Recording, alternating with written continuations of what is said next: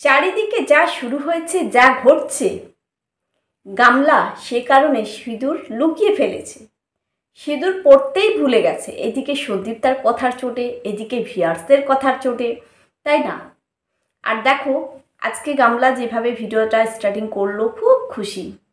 বৌদিকে দেখতে পাচ্ছে না, মন খুব ছটফট করছে। আর সন্তানের কথা একটু মনে পড়ে না? সন্তানকে যে দেখতে পাচ্ছ না, সন্তানটার কথা শুনতে পাচ্ছ না, সন্তানকে কাছে পাচ্ছ না, তার জন্য মন ছটফট করো না? চলো বন্ধুরা, ভিডিওটা স্কিপ না করে দেখতে থাকো। হ্যালো এভরিওয়ান, আশা করি সকলেই ভালো আছো, আমিও ভালো আছি। তোমাদের সামনে চলে এসেছি আবার একটা নতুন ভিডিও নিয়ে। অনেক অনেক ভালোবাসা জানিয়ে ভিডিওটা স্টার্টিং করছি।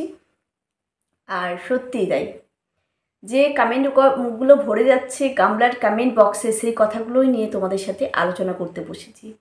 আজকে খুব এক্সাইটেড, তাই না? কেন? ঠাম্মি আসবে। আর এই যে ঠাম্মির রহস্য দেখেছো, ঠাম্মি হচ্ছে মেন ঘটক হচ্ছে ঠাম্মি, তাই না? ফোকলার সাথে ঠাম্মি কিন্তু রেস্টুরেন্টে খেতে গেছিলো, দেখেছিলে তো? ঠাম্মিকে নিয়ে গেছিলো, ফোকলা ছিল, গামলা ছিল, মেন ঘটকালি হচ্ছে এই ঠাম্মি। আর এই যে এত কিছু ইমিটেশন কেনা দেখতেই পাচ্ছ, এই চৈত্র সেলে চলে যাচ্ছে কাপড় কিনতে, তাই না? সব দিক দিয়ে মানে কেনাকাটি চলছে, কিছু তো একটা ব্যাপার আছে। সে কারণেই হতে পারে ফোকলার সাথে হতে পারে 7 পাকে বাঁধা, এটাই হতে পারে 7 পাকে বাঁধা। যাই হোক, আর যাই হোক, যেটা দেখছি, যেটা ঘটছে, যে ফোকলার নামে এত কিছু বেরিয়ে গেল। ফোকলা আসলে কেমন চরিত্রের ছেলে, কতটা অশ্লীল, সেটা কিন্তু বেরিয়ে এসছে। এবার কিন্তু গামলা পস্তাতেই হবে যে আমি ভালোটা ছেড়ে খারাপটাকে ধরেছি। গামলা এবার বুঝতে পারছে যে আমি খুব বড় ভুল করেছি, খুব বড় অন্যায় করেছি। এই ভুলের কিন্তু আর মাপ হবে না। গামলা হাড়ে হাড়ে টের পাচ্ছে যে কী ভুল করেছি, পস্তাচ্ছে। যে কল রেকর্ড রিভিল হয়েছে, তাতে গামলাকে পস্তাতে হবেই। এত নোংরা, এত অশ্লীল মুখের ভাষা, সেই ভাষায় কিন্তু গামলার সাথেই কিন্তু কথা বলে, গামলাকে এইভাবেই কিন্তু সবসময় টর্চার করে, গামলার সাথে কিন্তু এইভাবেই সে কথা বলে। এখন বুঝতে পারছো যে কতটা বাজে? অবশ্যই আমরা বুঝতে পেরেছি, গামলাও হাড়ে হাড়ে এখন টের পাচ্ছে। যাই হোক, এই যে গামলা আজকে ভিডিওটা দিয়েছে, কত পুরানো ভিডিও, কত বাসির ভিডিওগুলো আপলোড করেছে, তার কোনো ডেইলি ব্লগ আমরা দেখতে পাইনি। এখন আছে কিন্তু গামলার চলছে জোরকালো যুদ্ধ, চলছে লড়াই চলছে, তুমুল ঝগড়া ফোকলার সাথে গামলার। এখন কিন্তু আছে ফোকলার বাড়িতে গামলা, এটা কিন্তু বাস্তব। ঠাম্মি এসেছে, আমাদের সীমাদি জানিয়েছে 13 তারিখ, কিন্তু 15 তারিখে ব্লগ দিচ্ছে, বাসির ব্লগগুলো ছাড়ছে।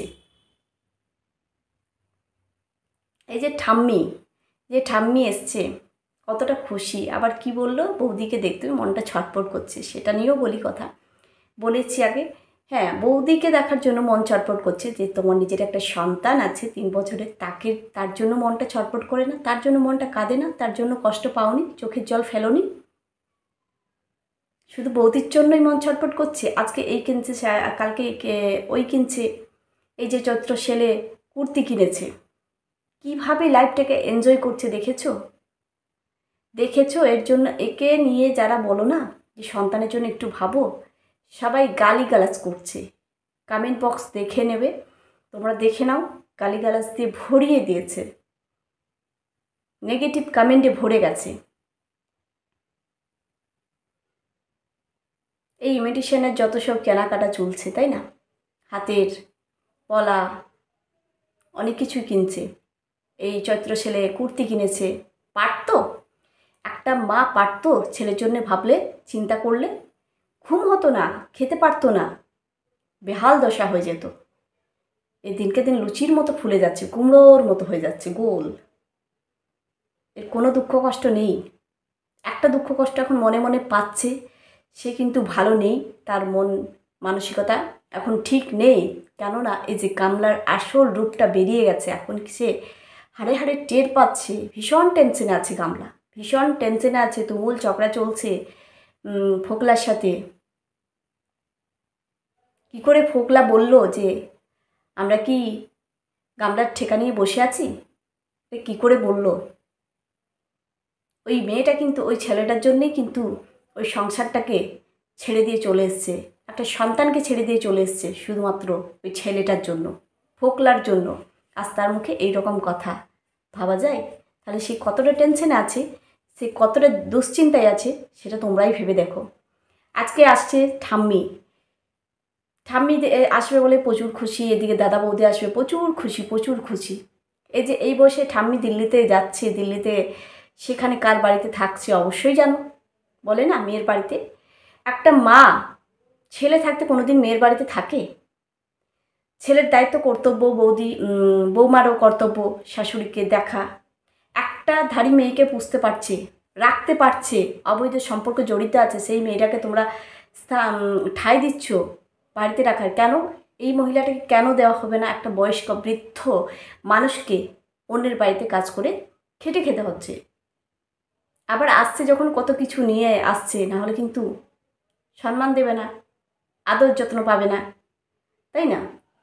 তাই জন্য বয়স্ক মানুষটা দেখো কত কষ্ট করে আসছে এত দূর থেকে, কিভাবে আবার এদের জন্য সব কিছু বয়ে নিয়ে আসতে হচ্ছে, ভাবা যায়?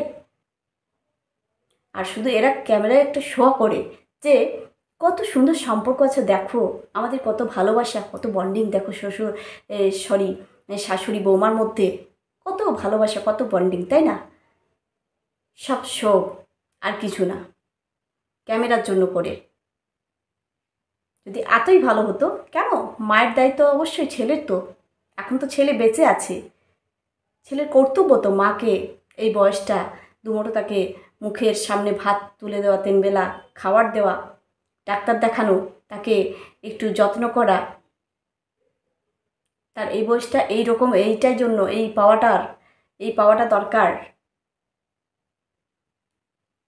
ভালোভাবে একটু যত্ন পাবে, ভালোভাবে খাবার পাবে, একটু ডাক্তার দেখানো পাবে, তা নয় না একটা অন্যের বাড়িতে কাজ করতে হচ্ছে নিজের ঠাম্মিকে, তাই না? এতই ভালোবাসা ঠাম্মির প্রতি কেন?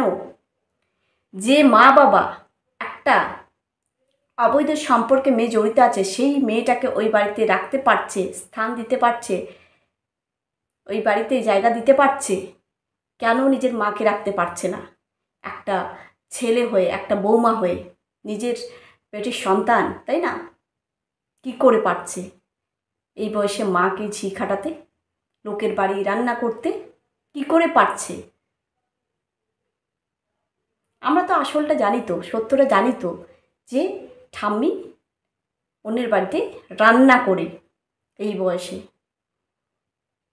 দেখবে আবার কিছুদিন থাকবে, কিছুদিন ভালোবাসা দেখাবে, আদর যত্ন খাতির দেখাবে, আবার দিয়ে কিছুদিনের জন্য চলে যাবে। দেখবে, দেখতে থাকো। এই যে বলছে না, এবার থেকে খুব ভালো ভালো ব্লগ পাবে তোমরা একদম। হ্যাঁ, ঠাম্মিকে নিয়ে অবশ্যই ঘুরতে যাবে, দীঘা যাওয়ার প্ল্যানিং ছিল, তাই না? এবার ঠাম্মি এসেছে, ঠাম্মিকে নিয়ে তো অবশ্যই যেতে হবে, ঠাম্মির মনটা ঠিক রাখতে হবে, ঠাম্মিকে আদর যত্ন করতে হবে, ভালোবাসা দিতে হবে, তাই না? এত দূর থেকে এসছে ঠাম্মি কষ্ট করে কয়দিনের জন্য, দেখতে পাবে দীঘা যাচ্ছে, আবার অন্য কোথাও যাবে ঘুরতে, খুব ভালো ভালো বলে দিয়েছে ব্লগ পাবে। এই যে বাসি ব্লগগুলো আমাদের সাথে ছাড়ছে, এবার কবে ব্লগ দেই এবার দেখতে পাও, কালকেও হয়তো দিতে পারে। কিন্তু এখন সত্যি তুমুল ঝগড়া চলছে, তুমুল ঝগড়া। ওই কিন্তু এই যে সিঁদুর তুমি কার, আগে সবাই বলছিল, এখন একটাই কমেন্টে ভরে যাচ্ছে, সিঁদুর তুমি কোথায়? সিঁদুর আকাশে উড়ে উড়ে বেড়াচ্ছে, ফেসে বেড়াচ্ছে। কার সিঁদুর পড়বে, সুদীপের না ফোকলার, তাই না? মানুষকে তো জবাব দিতে হবে ভিউয়ার্সদেরকে, তাই জন্য সেই কারণে এখন ভুলেই গেছে সিঁদুর পড়া। এদিকে থ্রেড দিয়েছে আমাদের সন্দীপদা, কথা চোট, এদিকে ভিউয়ার্সদের চোট, কমেন্ট বক্স ভরে যাচ্ছে। সেই কারণেই কিন্তু সিঁদুর তুমি কার, সিঁদুর তুমি কোথায়, তাই না? এখন কোনো সিঁদুরই নেই তার কপালে, স্মৃতিতে। এটাই হচ্ছে বন্ধুরা ব্যাপার, যে ফোকলার, হ্যাঁ, ফোকলা যেটা করেছে অবশ্যই তাকে আফসোস করতেই হচ্ছে একদম, যে আমি কাকে ধরেছি, একটা নোংরা ছেলেকে, অসভ্য ছেলেকে, অভদ্র ছেলেকে। এখন সে আফসোস করছে, আফসোস করার কথায়, প্রচুর টেনশনে আছে, একদমই গামলা ভালো নেই। আর সত্যি তাই, এই যে ঠাম্মিকে নিয়ে কথাগুলো বললাম, এই বয়সে কিন্তু ঠাম্মির কাজ করার বয়স নয়।